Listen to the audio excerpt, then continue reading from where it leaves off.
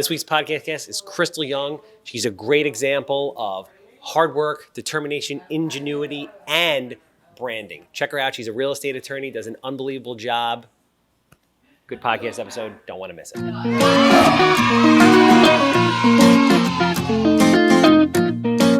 Yeah, kid. Welcome everybody back to another episode of Smells Like Cat Pee with Handsome. I'm your host, Charles Weinraub, a.k.a. the Handsome Homebuyer, a.k.a. Captain Permit, a.k.a.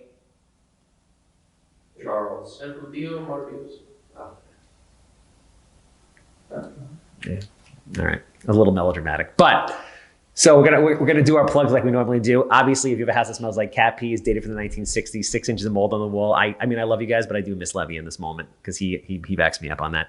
Obviously, I'm quick, I'm easy. I want to buy it. 516-777 sold. Anybody who has a permit problem out there, and Lord knows if you're in real estate, you have a permit problem. How many permit problems do you get? I mean, it comes up daily, all the time. Literally daily. All the time. Yes, absolutely. I know who to call. Captain Permit. Captain Permit. 516-513-8838. We handle from tip to tip. And by that, I mean from Montauk to Elmont. We don't go into the boroughs yet. Sorry, people that keep hitting me up from the boroughs. But any of the townships, any of the villages, you need permits. They are as bad as it gets and getting worse every single day. Call Mike and the crew. They'll take care of you. And obviously, this and every podcast is sponsored by Cardinal Financial. Not just Cardinal Financial, Sal Rizzola from Cardinal Financial. I'm going to go off on a quick tangent. Do you mind? I love it. Let me roll. Yes. Every investor, every realtor, every seller needs to have a loan officer pre-qual every offer that comes in the door.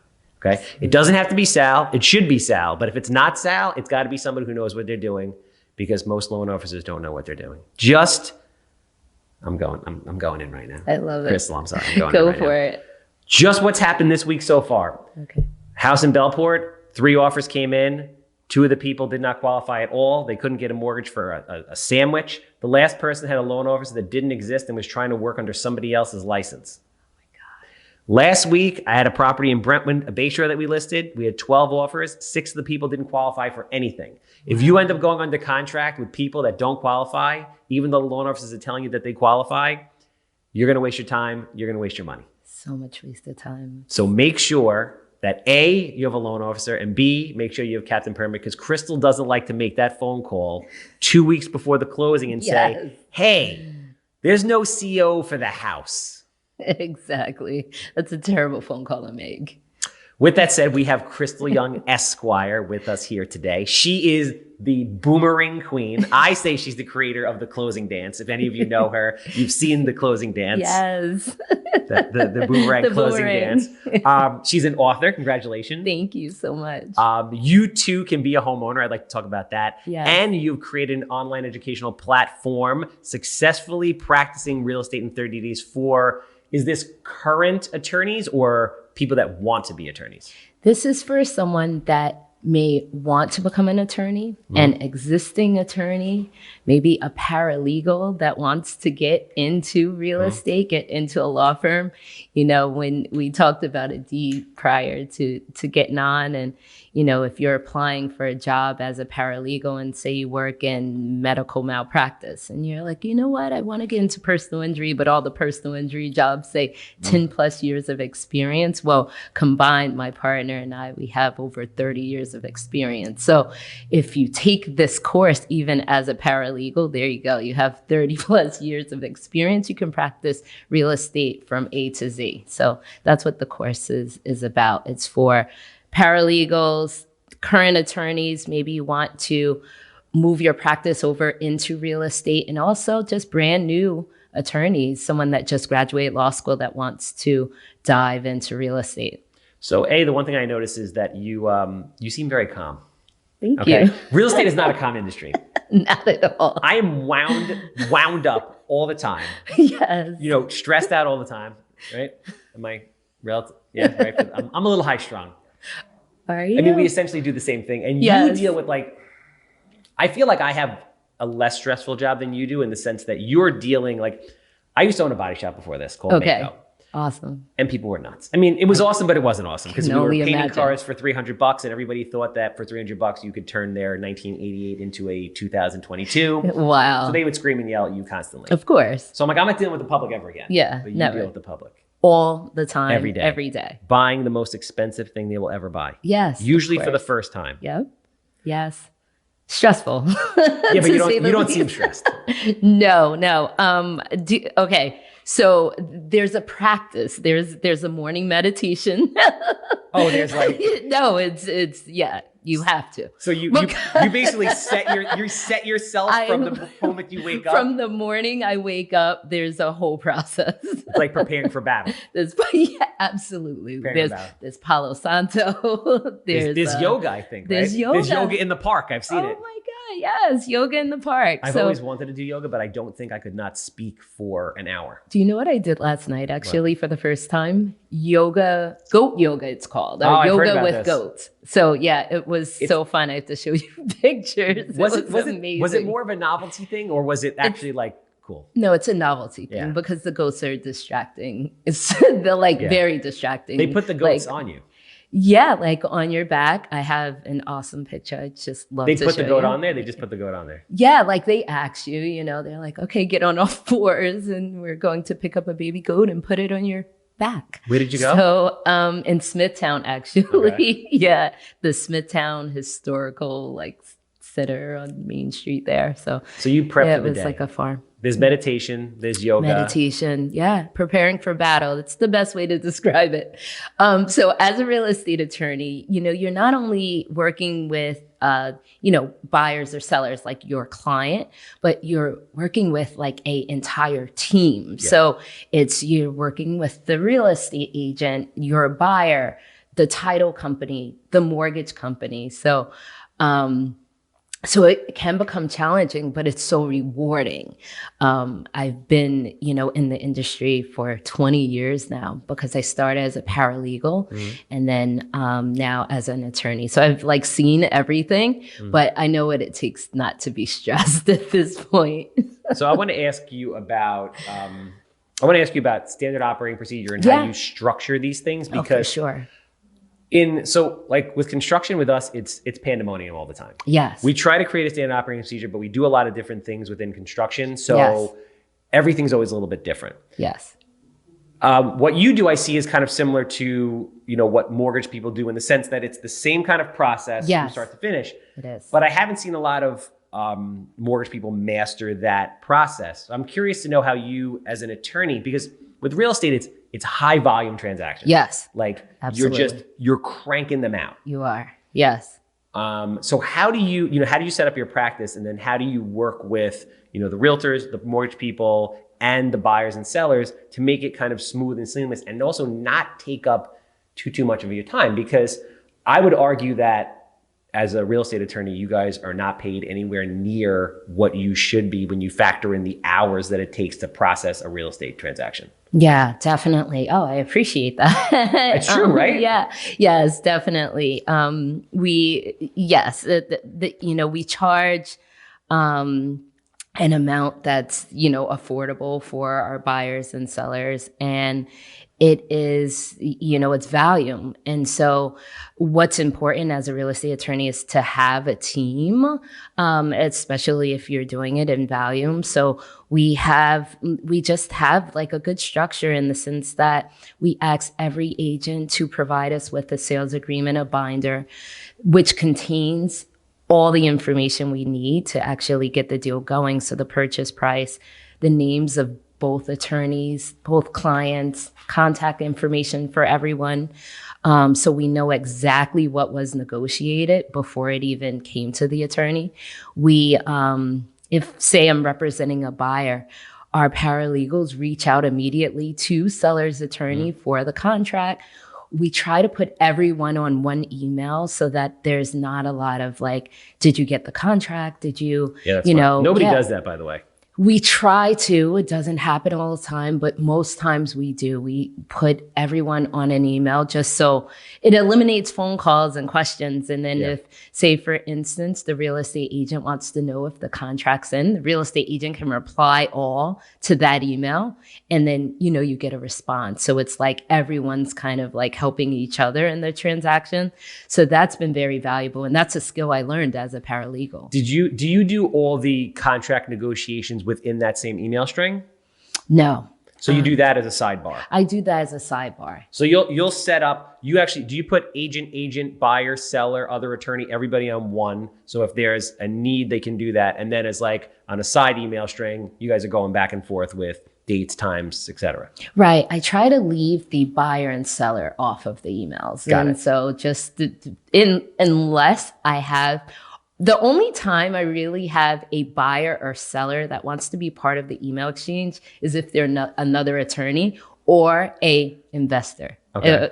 Because they understand the process, so Yeah. they want to be a part of it. They And want it's to not know what's going emotional on. either. Yeah, it's not emotional, but a buyer and seller, like that's what I'm there for, to like kind of make sure the deal works and just communicate with them as to where we are in the process. So I kind of leave them off, but yeah, I like to have everyone one email that really streamlines the process, so everyone kind of knows what's going on in real time. Even when we're scheduling the closing, okay, let's put everyone on one email, the title company, both attorneys, the realtors, just so we know when when the closing's set, and there's not like separate emails between the parties. So that really helps. Oh, it makes sense. Yeah. So obviously there's many different avenues of law, right? Yes.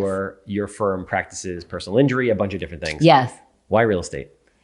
So I started in real estate just by default. So I was 20 years old. So the summer after my second year in college, I went away to college, University of Maryland at College Park. I came home that summer. That place is a good time. I have friends, most of my friends that went there never came back. Yeah, no, and They loved it. honestly, I didn't graduate from there because I started to work that summer after my second year. But if I graduated from there, there's no way I would have come back to New York, because Maryland is just such a good time. Yeah. The school, the area, the people, like it's great. And it's a melting pot, which is so beautiful about the state. So just very similar to New York, but calmer. So a little bit. So the summer after my second year, I came home that summer and I started to work at Lord & Taylor. Okay. And so, which is a clothing store for anyone that doesn't know it Is recently. it still around? No, so I worked at one on Long Island in Garden City, and that one actually just closed. Yeah. Yeah. And so I worked there, and the hours were kind of like all over the place. And I wanted something where, I would have like a 9 to 5, and then maybe I could do that like at night, 6 to 9, Okay. So I found a job in the Penny Saver. Is the Penny Saver even around? I think the Penny Saver is we're still about around. the same age. So the Penny Saver classifies in the back. Yeah, but something tells me you looked the same 20 years ago and you'll look the same 20 years from now. Yes. I don't think I do. No, I'm sure you do. Or will. I think people would be very surprised at your age. Thank you. Yes, absolutely. I think it's the kids. The kids age you. I don't have kids. Yeah, Do you same. have kids? No. So I think that's the key. No, I think hate to say. I don't but- think it's the spouse. I think it's the Right? key. Yeah. I think it's the kids. Yeah. Yeah. Yeah. But I love kids. Kids are great. Kids are amazing. Yes, I really love kids. Yeah. I just became an uncle. So I'm Oh, excited. congratulations. Yeah, 3 weeks ago, which is cool because my now I get to go on a trial run. I'm like, okay, Yeah. I'm going to hang out with you. Do I want this in my life every day, or I just want to hang out with it, dope it up on sugar, and give it back?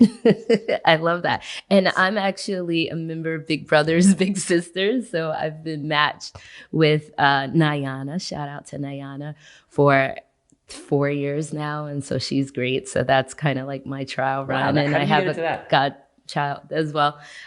So I signed up for it. I actually dated someone that was a member of Big Brothers, Big Sisters. I signed up for it years ago, like in my 20s. I never followed up. They never called me back, whatever the story. Then, some years ago, I dated someone who was like really big into Big Brothers, Big Sisters. And he, once I found that out, I'm like, oh my God, I had applied for years ago. And so I kind of signed up that way. And yeah, it's been so rewarding, so fulfilling. I'll see her this Saturday. So yeah. How often do you guys connect? At least once a month. Okay. During the pandemic, it was obviously kind of limited. Yeah. But But yeah, at least once a month. We try to do twice a month. And it's just so fun because, I mean, at this point, she's a teenager. She's having her sweet 16 like in a few weeks. So Wow. it's amazing. You're a really nice person, aren't you? I mean, like I feel it. Do you guys? Yes. No, like I feel it. Like you're like a really nice appreciate person. that. Not everybody that comes on the podcast is a really nice person. Really? I Do mean, you no, they're have not bad like people. not nice No, people they're on not. your podcast? Have we? That's hilarious. But no, just in general, you just I there's a lot of like good good nice, vibes. wholesome energy. See, it's that morning routine. Is that what it is? That's zen. All right, you'll tell after the podcast. You'll tell me. Yeah. I need some of that. I have a rabbi coming down today because I'm trying to cleanse myself of Oh, everything. really? Not really. Or, Yeah, oh, well, yes, okay. but Because no. I'm like, that's cool. Yeah, I'm not really. that's Well, awesome. no, I'm Jewish. My mother's 100% Sicilian, Oh, that's awesome. and my father's Russian and Polish. And she converted right before I was born, but I haven't seen Oh, the that's temple in great. like 30 years. No. No. Okay. Not at all. All right. I still remember the Haftorah, but that's it. I can bless the bread and bless the wine. I love it. Are you a religious person? So I would say I'm spiritual. My parents are, we grew up in the church. What's your background? What's your nationality? Yeah, so I'm Black American. Okay. Yeah, we grew up going to a non-denominational Christian church. Okay. Was there singing? Oh, yeah, of course. I was in the choir. There was like what we call a dance ministry. So Oh, we yeah? would do like these spiritual like Where did you grow up? dances. And so I grew up on Long Island in Nassau County. Where? So Me too. yeah. Oh, that's so funny. So South Hempstead. So like I yeah. went to It's like that school in little- Rockville Center. Yes. Yes. Okay. So that pocket. South Hempstead is my unicorn, meaning it's like that little pocket of like 4 blocks that has like 16 school districts within Right. the 4 blocks. And I've been Yes. trying to get a deal in South Hempstead for my entire career, which hasn't been that long. But so for the last 6 years, I've been trying to buy a house there. And Yeah. every time I get this close to buying a house, Yeah. I lose it to somebody Oh, for really? some reason. But Oh, yeah, every half a block, it's like Uniondale, Yes. Rockville Center, Yes. Hempstead. absolutely. Was there something else? Yeah. Uniondale, Baldwin. Did we And say Baldwin, Baldwin? yes. Yes. But- Okay. But the cool part is if you get into that section, let's say of Rockville Center, Mm-hmm. you're buying a house at like a fraction of what it costs in Rockville Center. Yeah. You don't pay village taxes, but you go to Rockville Center School. So can I tell you a really cool story about our house? So we grew up at 258 Long Beach Road. And so it's a You're not still there, right? No, right, and cool. I said it because this house may end up like on the map as the house, and why I say it, I mean block it out if that's inappropriate. But 258 Long Beach Road. My house was zoned for Hempstead, so I actually went to elementary school at Franklin, and so anyone knows Franklin, it's In on Hempstead? Franklin, in Hempstead. Yeah, and so that's why I went to elementary school. I have an older brother, younger brother. We're all 6 years apart. My older brother, and so my older brother going into the middle school, Hempstead, it was terrible. This is like in the 80s, early 90s. Terrible school It district. was very bad there. Very bad. And so my dad actually got our house rezoned. Wow. So that How did he do that? He got our house rezoned. I know, it's like unheard of. To get you guys into a different school district? Into a different school district. How the hell did he pull that off? Is he a lawyer? No, he's not a lawyer. He's not a lawyer. He like managed the receiving department in a hospital. And so where all the supplies come in, he was like the manager there at a hospital in New High Park. And so, it's nuts to think about now as an attorney because I don't even know how he did that. how did he even do that? I don't know. I talked to him a little about it now, and he's like, I don't know. He's like, literally the sign that says "Welcome to Hempstead" was like past our house. He's like, but you could see it from my bedroom window from my house. It was like right there. So when you're coming, like there's an underpass. Like What, meaning you were clearly on the Hempstead side or not? Yeah. So like his rationale just was like, we're not like in Hempstead because the sign that says "Welcome to Hempstead" is kind of like past our house. So the people that lived across the street from me went to school in South Hempstead and then Rockville Center. Okay. Like you go to school at elementary school in South Hempstead. middle school and high school in Rockville Center. The neighbors that lived to the side of me, same thing. They went South Hempstead, Rockville Center, but the house on the left of me went to school in Hempstead, and taxes were different and all of that. But I've never heard of something like that happening. It's nuts. I've tried to do a rezoning before for like development deals. Yeah. And people come after you people came after me like I was selling drugs to children. Yeah.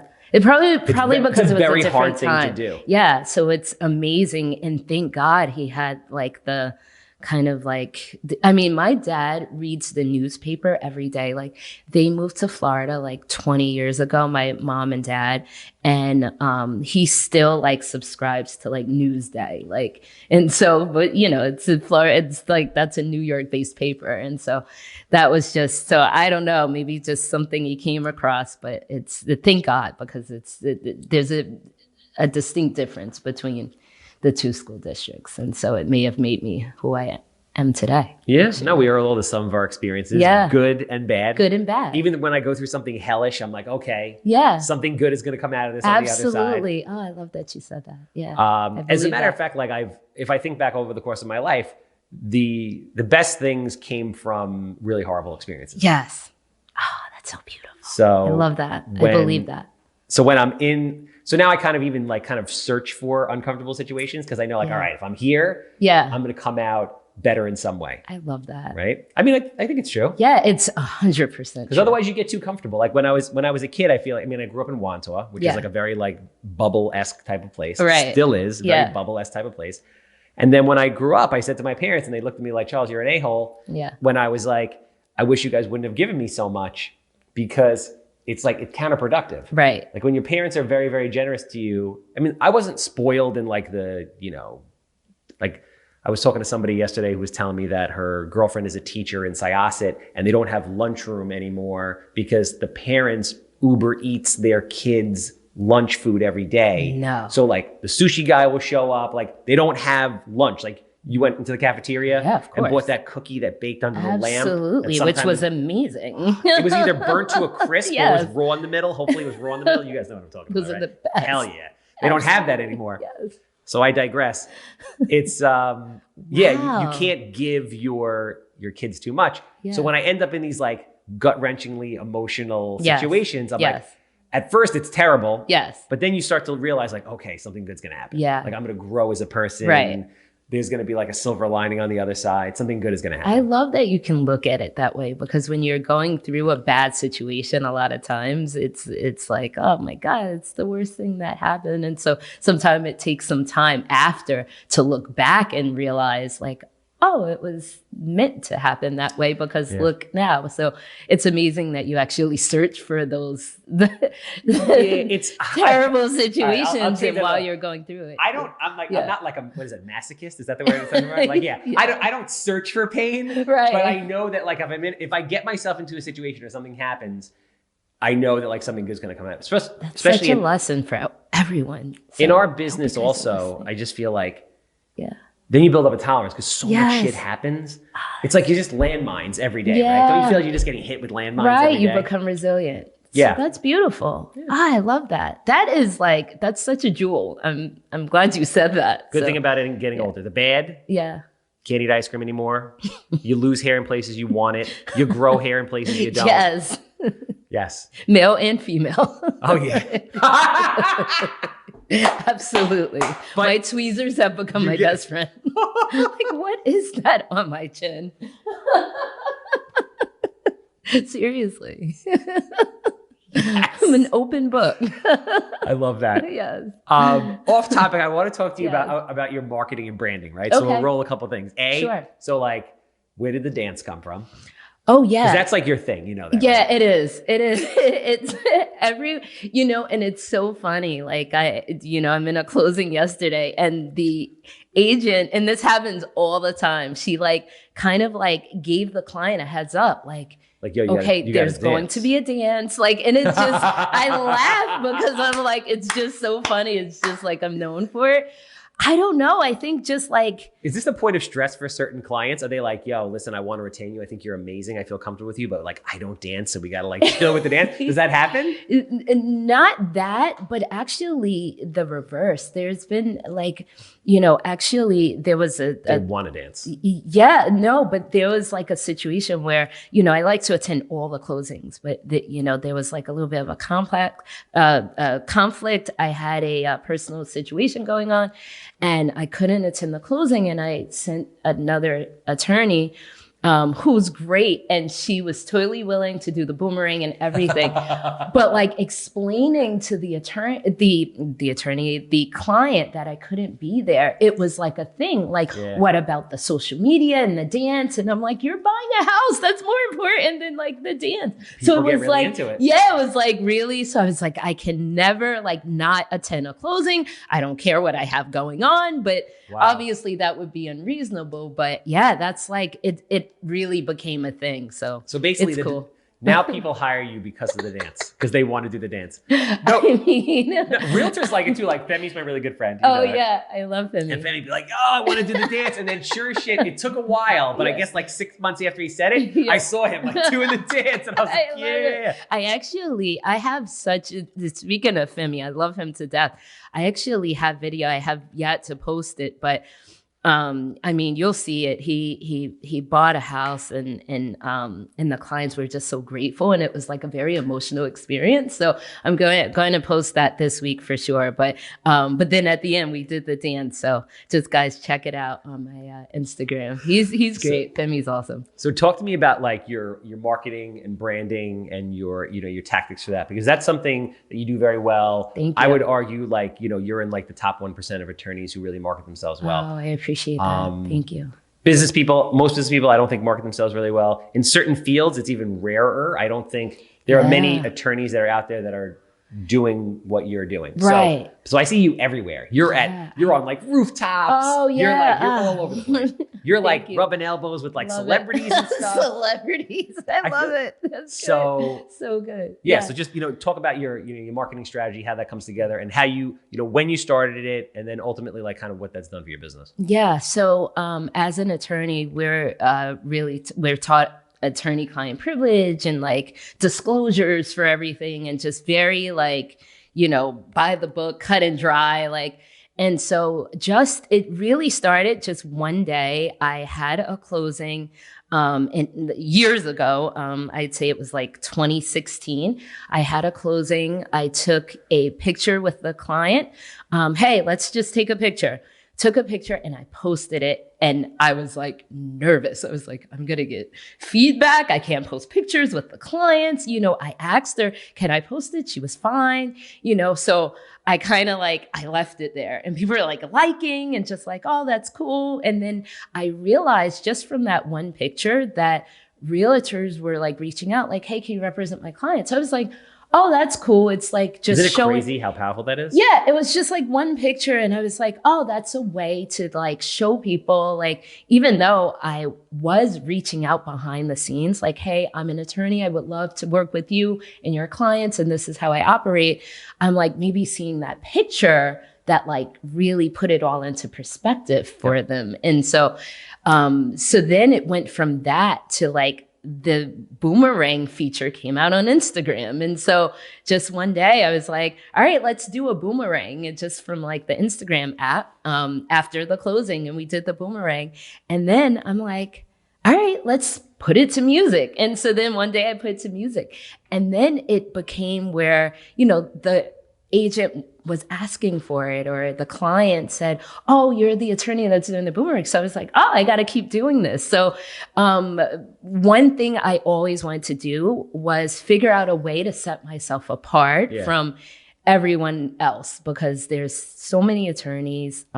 Sometimes I walk into the closing, they think I'm the title closer, like maybe the agent. And so it's sometimes I don't have the look of an attorney, even though I could be dressed and carrying a briefcase. Like it's just, maybe I look a little younger than I am, or whatever it is. And so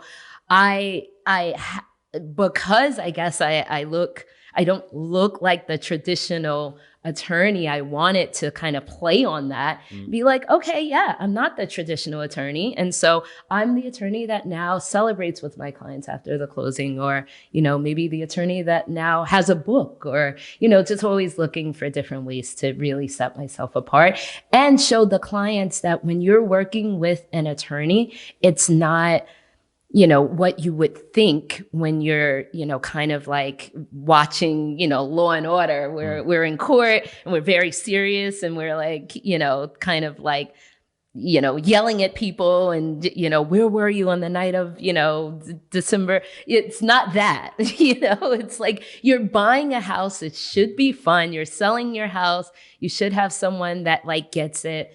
And that's really what I wanted to portray on my social media. So hopefully that comes across. What do you say? No, 100%. Okay, cool. That's why you're here. Yes, So I'm like, awesome. who's killing it? Who's fun? Who Yes. do I feel a good vibe off of? So no, absolutely. I appreciate that. Do you feel that it has really, can you quantify it in your business? Do you say like, hey, I've increased business 20, 30, 40%, or does it just help maintain relationships? For me, like at the beginning, now social media is different for us, but at the beginning, I built my business off of networking. Yes. Not a lot of marketing. Word of mouth. I didn't have any money. So I didn't have any money. So what could I do? I'll just go out 3 or 4 nights a week and meet people. Yes. And I would take their cards. Yes. And then I would friend request them on Facebook. Right. And then I would stalk their life in a non-creepy way. Right. And that's how they would get to know me. How's your kid's birth? Can I come to the birthday party? The just constant christening. posting. Yeah. You just show up at the wedding. Flame emoji, whatever it is. So yeah, I mean, that's really what you do. Yeah, definitely. Yeah, that's how it starts for sure. Definitely at that time. But now it's a way of all the stuff that we do. For me, it's more about staying top of mind. Yes. It's like I could meet you, you can meet me, we can know each other, we can get along great. But like, I'd love to do business with that person. Yeah. And then life resumes. Yes. And you walk out. Yes. And you get hit with a landmine of a client and a problem, and you forget. Yes. But if I always see you doing the dance, I'm Yes. like, oh, let's call Crystal. If Yes. you always see me like rolling around in garbage with no shirt on, you would say, oh, there's a deal here. Let's call Charles. 100%. So that's really like what I think people need to understand it's good for. There's definitely a correlation between being, on social media and very active. Anytime I post, a boomerang, tomorrow I'll get a call like, hey, we represent my client. I'm like, oh man, I haven't seen it work with them. And Is like, it that? Does it really work like that? If someone has maybe a current deal, because it's like, I think top of mind, they just saw me doing a boomerang, you just closed. And maybe I hadn't worked with them in a while. Maybe they're using someone else, because I'm not the only attorney that, one would use. And so you work with different attorneys. And so I definitely see a correlation when I post that it tends to bring more business, or at least open up the lines of communication. And that even if like tonight I'm attending a real estate event in Brooklyn, and so you're all over the place too. I love see it. you in Manhattan, Brooklyn, Oh yeah, Queens. for sure. Oh, for sure. I think you kind of just like the party too. Yes, that too. I feel a little party vibe from you. Yeah, you know what it is? I like the kind of like being able to meet a client, have a drink, dance, and, and just kind of like in a very just like cool, laid back setting, going to, there's the meetings in the morning, and you have breakfast and you meet different, professionals, and those are great. As well, but actually being able to go to like a happy hour and connect with people, those are my favorite, because it's like the combination of what I love anyway, which is music and food and, a cocktail. It's like, it just works. So yes. And I represent clients all over the state of New York. So going into Brooklyn and Manhattan and Queens and all over Long Island, it's like, why not? I'm closing deals there anyway. So yeah. So talk to me about the book, because the book, Yes. I feel like the book's out recently, right? Yes. Yeah, definitely. So- it's only been a few months. Explain everybody kind of what the book is about, and then what was obviously the inspiration behind doing the book. Yeah. So the book is entitled, as you stated, You Too Can Be a Homeowner. And it's really just a way, it's a resource. If I say that to everyone, like, get the book and then gift a book. And so it's, if you're even considering purchasing a home, now you have this guide. And so the book contains so many great stories of, single women that just like, well, I'll wait till I get married to purchase a home, which was me. I'm like, I'll wait till I get married. And now all these years later, I'm still not married. And, I could still be waiting for that home, but I chose to, okay, forget about that. I'll purchase my home. And so with that, it's full of stories just of people that thought they couldn't purchase a home. Maybe people told them they couldn't buy a home. Maybe people, informed them of just like why it was a horrible decision to buy a home. And they kind of got through that and purchased their first home. And now they're just like, they've created generational wealth for their families and things of that nature. So it's just, it's such a beautiful book. And it talks about the process. So it makes it very user-friendly when you think of hiring a team of professionals, a mortgage lender, a attorney. Like, it just sounds like it's a roadmap, because the process is very confusing. Much. Yeah. Like nobody, when you buy a home, when you're going to buy a home and you're a new home buyer, you don't know. Yes. And it's always kind of the same process, yes. but depending on the agent, and not all agents are created equal. Right. They don't take them through that. Exactly. They have to learn about the market. Then they have to like see 10 or 12 houses. Then they get the courage to make an offer. Yes. Then they get beat out on a house that they really right. want. And then now they're ready. Exactly. And so this book is like mentally preparing the buyer for that experience. Like, there's, again, when I talk of stories, there's just so many stories of like what happened during the inspection, what happened after you signed the contract, what happened with the mortgage, and even during the walkthrough. So you're now like, oh, this could happen. Like, outside of just, going and putting an offer on a house, and then you're like kind of hit with things and you just weren't expecting it. It's all in the book. So it was very important to. What's the inspiration behind the book? Is it just you dealing with clients and seeing what they went through on a day-to-day basis? Absolutely. And realizing that the clients kind of like had no idea of what to expect. So like when we're even discussing the contract and telling them that, you have 45 days to get a mortgage commitment. Well, not understanding the importance of like why there's a time frame. Like, it's not an endless time frame. We're talking about what on or about means, and that, when you see a closing date in the contract, particularly in the state of New York of June 30th, you're not actually closing on June 30th. It could be before, it could be after. And what all of that means. So after you read this book, like, you're 100% prepared to like just buy a house, like, and everything that's going to occur. So I just felt like that was just very important for anyone that's even considering purchasing their first home. No, I love that. That's awesome. Yeah. Very cool. I don't know how you do a lot. I love it. Maybe the no kids thing, but there's 24 hours in the day. We watch people all the time, right? You do a lot. So I guess, I don't know. I do a decent amount. I always feel like I could be more efficient. I could be doing more. Exactly. But I always feel like I'm operating in a state of chaos. So you seem to be very calm doing a lot. That's the difference. Yes.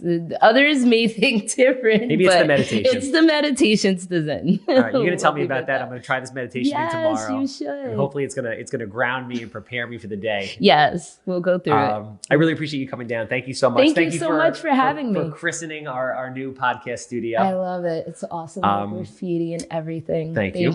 If people are looking to do business with you, get in touch with you, whether that's realtors, homeowners, anybody, how do they get in touch with you? Yeah, definitely. So on my Instagram, that's really where I have like a slew of resources. It's at crystal.younglaw. Also, I have crystalyounglaw.com, just www. And just if you Google Crystal Young real estate attorney, some good stuff should populate there. Beautiful. So thank you so much. Thank you for having me. Pleasure. This is amazing. I love what you're doing. Obviously, I'm the handsome home buyer. Yes. You have a house that smells like cat pee. You know I want it. 516-777 sold. Don't forget the captain. 516-513-8838 with all your permit problems. And obviously, my man Sal Rizzolo. If not him, please somebody, because as mortgage rates rise and the market changes, it will become an issue of affordability and finance. Yeah. And coming up with unique ways to structure your deals, like just a kind of tip that we're doing right now, I recommend everybody have a relationship with some kind of mortgage professional. So I work with Cardinal with Sal. So now we're doing $5,000 cash credits at closing for people if they go with Cardinal. Why do I do that? Cardinal closes in 28 to 31 days for me. My carrying costs are anywhere from $5,000 to $7,000 a month, and I know that the deal is going to close. So it's worth it for me to give somebody $5,000 to save $7,000, $8,000, $10,000, $15,000 on the back end and know that it's going to close. So again, it doesn't have to be him, but that's something, if you're an investor or a seller or an agent, you should consider doing. Because most of the time you're giving someone $5,000, they're actually upping their offer $5,000. So it's kind of a wash, but at least you know the deal's going to close, because that's going to be a really big problem right now. So that's my 2 cents. Love it. Thank you. That's a wrap. Thank you for that. Call Sal and the Handsome Home Buyer.